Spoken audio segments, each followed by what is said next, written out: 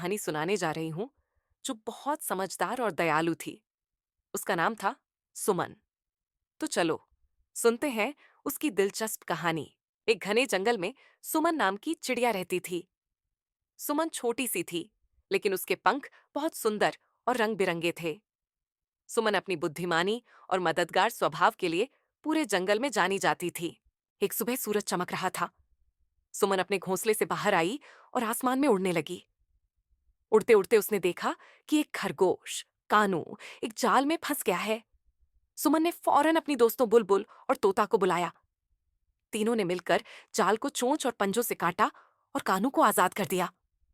कानू ने कहा, सुमन, तुमने मेरी जान बचाई। मैं हमेशा तुम्हारा शुक्रगुजार रहूंगा। दोपहर होते होते सुमन को जोर की भूख लगने लगी।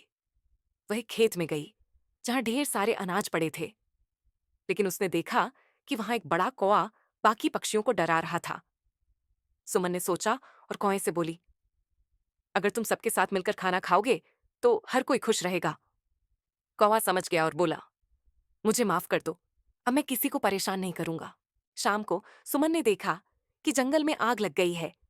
सारे जानवर इधर उधर भाग रहे थे। सुमन ने सोचा, अगर हम सब मिलकर पानी लाएं तो आग बुझ सकती है। उसने फौरन नदी के पास जाकर अपनी चोंच में पानी भरा।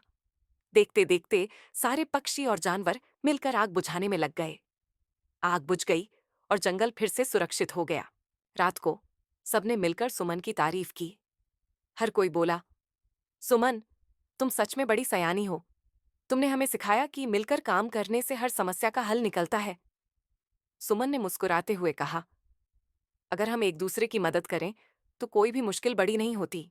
बच्चों, ये कहानी हमें सिखाती है कि समझदारी और टीम वर्क से बड़ी समस्या को हल किया जा सकता है। सुमन की तरह हमें भी हमेशा मददगार और समझदार बनना चाहिए।